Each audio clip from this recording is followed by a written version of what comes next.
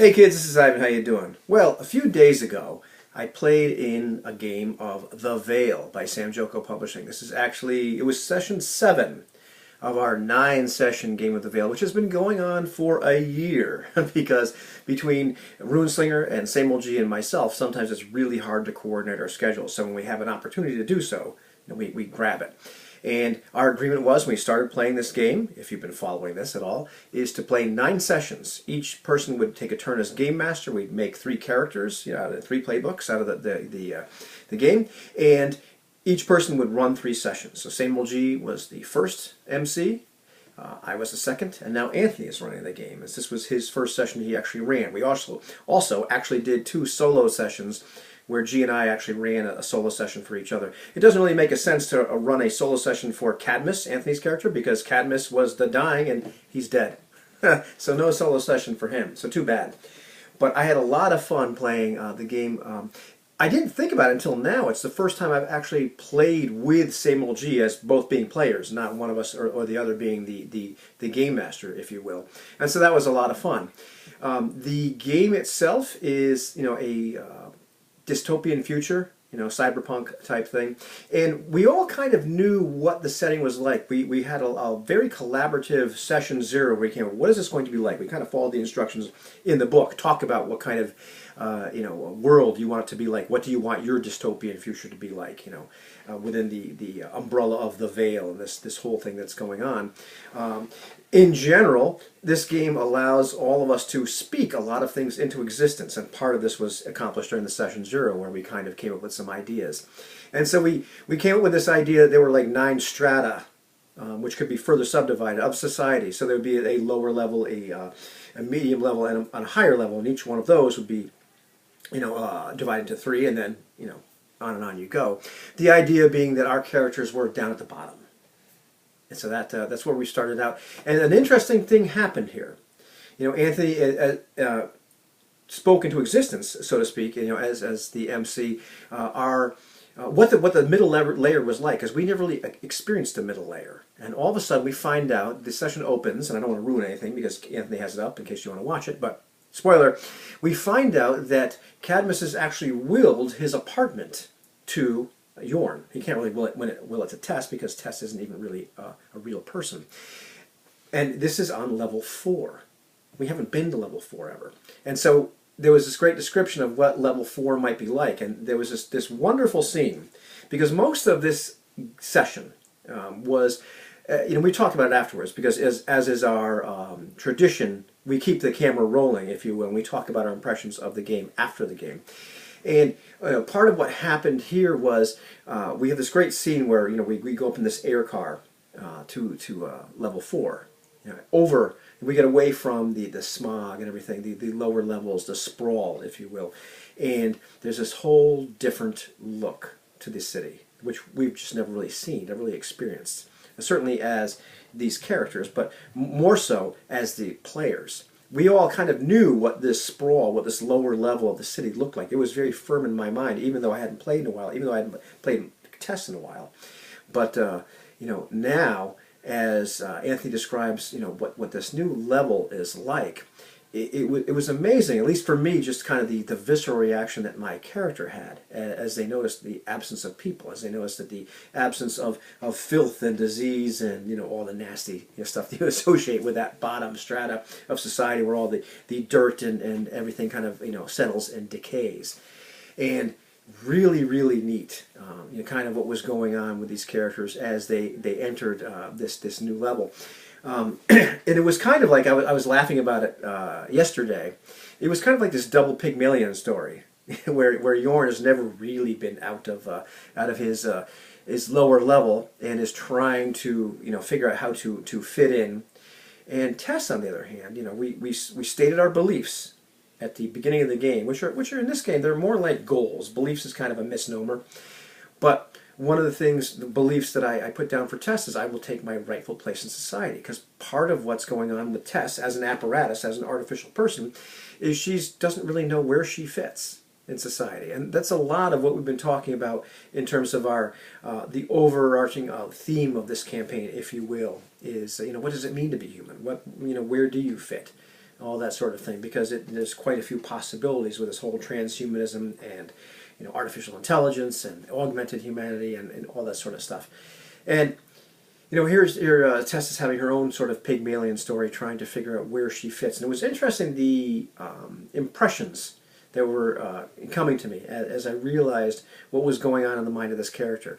Anthony, we talked about it afterwards, but Anthony came to the game with pretty much no real plans except for a couple things. That we had inherited this apartment and there's somebody at the door. And the session ended with somebody at the door. I was enjoying the session so much that I could have played for another hour or 2 hours. The time, I think we played a little over 2 hours. The time just evaporated. I had no idea where it went because it was really, really fun. I think I started to say quite some time ago, sorry for being rambly, but it's been a long day. I'm a bit tired. The bulk of the session, we really did not engage the mechanics an awful lot. I think we all wish we had engaged the system a little bit more, but it seemed like what we were doing was sort of setting the stage for the next two scenes, new two sessions. This is kind of an introductory session. These characters playing together, because Cadmus, Anthony's character, was the one character that they had in common. Even though that Yorn and Tess had a past, a brief past, for the most part, a lot of the interactions happened with Cadmus and Yorn, or Cadmus and Tess. Yorn and Tess really didn't have a heck of a lot in common, and you can already see them starting to grate on each other. But they've been they're the closest each one has to family. Certainly, Yorn is the closest thing Tess has to family at this particular point. But most of the session was sort of painting this picture. Okay, what do we do now? What's going on? And just this transfer to a different level of society was great. Also, the question that was hanging in the air the entire session, which really didn't get even asked until as we're talking afterwards, but as I was thinking about the entire time, is what in the world was Cadmus, a person of level 4 status, doing down on the lowest level of the sprawl, on level 1? He certainly didn't, if he had an apartment there, he certainly didn't need to work as a security guard down this lower level. What was he doing there? And how did he get this apartment? And so these are kind of mysteries that I hope we get to find out. It was also really neat to kind of catapult the game in a different direction, because a lot of what we had been doing was more like sort of down in dirty cyberpunk, where there was a little bit more life and death, and just we interfaced with the just how nasty the world was. So it was this digital overlay over the world, but in reality the world was quite bleak and quite nasty. We're not sure how much digital overlay is masking this part of the world. But it's completely different. And so now we're kind of entering more of this. It's not high society because it's really mid society, but I suppose to our sensibilities in the 21st session, it almost is high society. Certainly, the advantages these people have, and just the way the world is. All the electronic and doodads and what have you.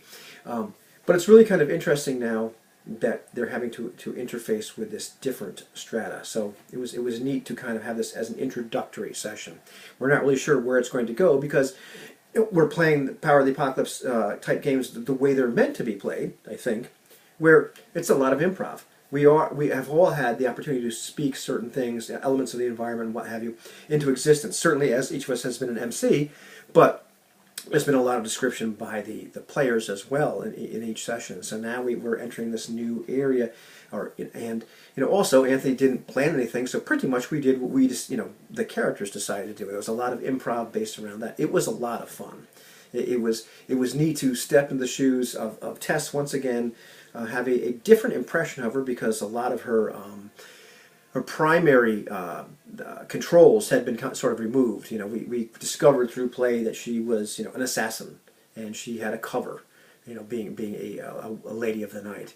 And these are things she no longer had to do. These are programs that no longer, at least were somewhat removed. The people that she was working for, she's no longer working for. And now it's a matter of what do they do. And both of them had a goal of, in one way or another, like making Cadmus's death mean something. He's left them this legacy as well, but he wanted people to know the truth. He wanted people to know that his condition was caused, and there were several other people with the same condition by the veil itself. And now we're left with this information, this evidence that he's left us, and an inspector, a homicide inspector, who wants to know what's going on. There's something rotten in the state of the Appalachian Heights, because Cadmus keeps looking like a different person. And he didn't believe Jorn's drug-addled explanation. Oh, he's got this disease. He's got this thing. And it sounded absolutely crazy. So, I already have plans, so to speak. How does Tess want to proceed talking to this detective? But we'll see what happens. As Samuel G, I'm sure, also has some ideas of what he wants to do with his character. And Anthony, I'm sure, will push back. And so I'm really, really enjoying the session. What I enjoyed the most, I enjoyed the banter between Jorn and Tess. I enjoyed, how frustrating Jorn could be as he enters this new phase or type of society, and it's just completely, he's not good at it. I'll leave it at that. I enjoyed the grading of the personalities. I enjoyed the picture of this new part of reality that Anthony has painted for us. But what I found the most compelling, what was going on up in here, as I started to realize more and more where Tess feels her rightful place in society might be. And I noticed that the character became much darker than I thought she was in the beginning. And a lot of it was tied to that moment where they flew above the cloud layer and they saw this different vista, this different reality. And there's a lot of that where Tess is starting to figure out where she might belong. And also, there was a scene where Jorn's buying clothes. It seems like a very funny, flippant sort of scene, but in a different way. There were things that happened in that scene. There was the moment where Tess was informed by the clerk that she was wearing knockoffs, and Tess was not aware of this. And so now, being on level 4, she bought some clothes that were appropriate for that level. But there were things that she began to think about, that I began to think about. Even talking to the detective, but there were these pivotal moments that seemed like they were nothing, just little snippets, which really started to crystallize in my mind, or I started to notice, I guess you'd call it emergent, for lack of a better word, Tess's thoughts, and how she views her perspectives on what her place in society might be, her perspectives on people, and where does she fit in? Does she need to fit in? How will she get along? These are things that I found quite compelling, very cyberpunk, and so I'm interested to find out what happens next as we all kind of improv and add to this. So we have 2 more sessions to go. Hopefully we get to play this week again, which would be unprecedented that we play that close, but we'll see. We kind of have this goal of seeing if we can finish this out in the year, because we started The Veil, The Cold is the New Warmth, in the last winter. It was cold. It was appropriately cold. And now it's appropriately cold again. And so for a 9-session game, I think maybe a year might be enough. So we'll see what's happening. But I'm really, really enjoying it. Sorry if this video was long or rambly and didn't make too much sense, but the session is on Anthony's channel, so you can go check it out. He actually has, and I forgot, I should have mentioned this in the beginning, he has a non-annotated and a fully annotated version of that session. So I would suggest watching the fully annotated version. I have not watched all of it. But he really packs a whole bunch of information about the system, the game, what's going on, this, behind the scenes type stuff, which is really cool. And it's something that I've seen other annotated videos he makes, and I keep thinking to myself, I need to do that. I need to take the time to do that with some of my sessions and some other things. And it's just a matter of finding the time and overcoming inertia. So that's it, kids. Have a good day, and I hope you're having some fun gaming yourself. And we'll keep you posted.